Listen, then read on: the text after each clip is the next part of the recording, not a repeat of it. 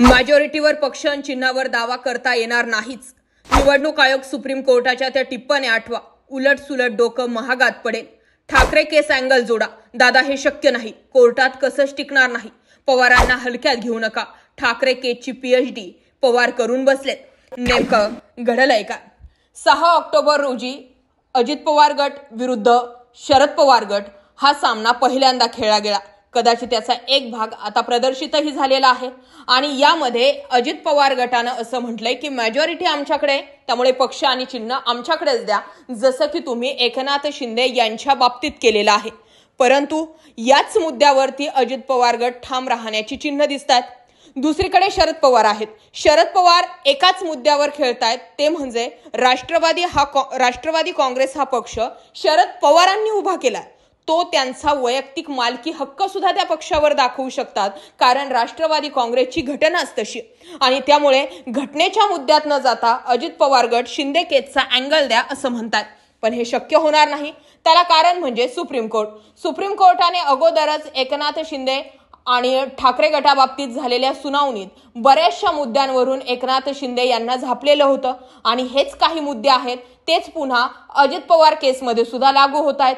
अगोदरच सांगितलं गेलं होतं, निवडणूक आयोग असेल किंवा विधानसभा अध्यक्ष असेल किंवा प्रतोद कोण नेमू शकतं, या सगळ्या घडामोडींवरती सुप्रीम कोर्टाने अगोदरच उद्धव ठाकरे आणि एकनाथ शिंदे यांच्या बाबतीत निर्णय दिलेला आहे. फक्त आणि फक्त त्याची अंमलबजावणी करणं बाकी आहे. आणि हे एकीकडे कोडं सुटत नाही, तेच दुसरीकडे अजित पवार गट आणि शरद पवार गट असे दोन गट समोर आलेले आहेत.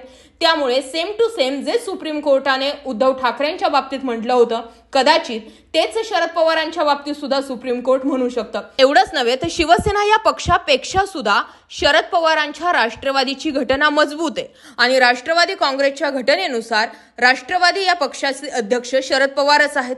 बरं, जेव्हा अजित पवार गट शरद पवारांना सोडून बाहेर पडला होता त्यावेळी राष्ट्रवादी काँग्रेस पक्षाचे राष्ट्रीय अध्यक्ष शरद पवारच असतील असं अजित पवार आणि अजित पवारांसोबत असलेले मंत्री सुद्धा म्हणत होते.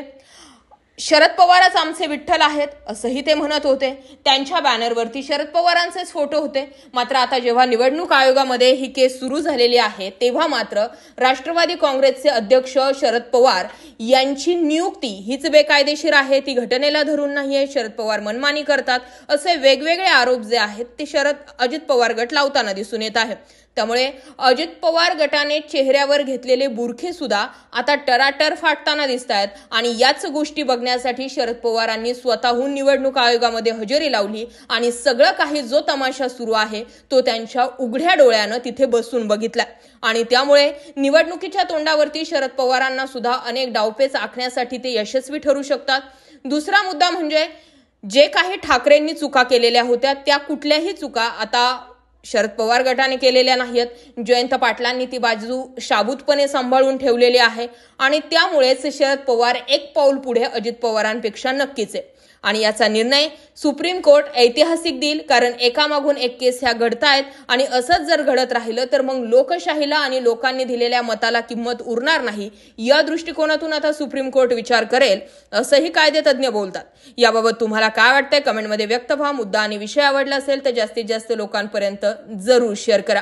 निवडणूक आयोगाने जर राष्ट्रवादी काँग्रेसच्या बाबतीत सुद्धा तोच निर्णय केला जो उद्धव ठाकरेंच्या बाबतीत केला तर निवडणूक आयोगाला एका झटक्यात सुप्रीम कोर्ट जागा दाखवू शकतं, अशी सुद्धा आता चर्चा. याबाबत काय वाटतं जरूर व्यक्त व्हा. जय महाराष्ट्र पब्लिक.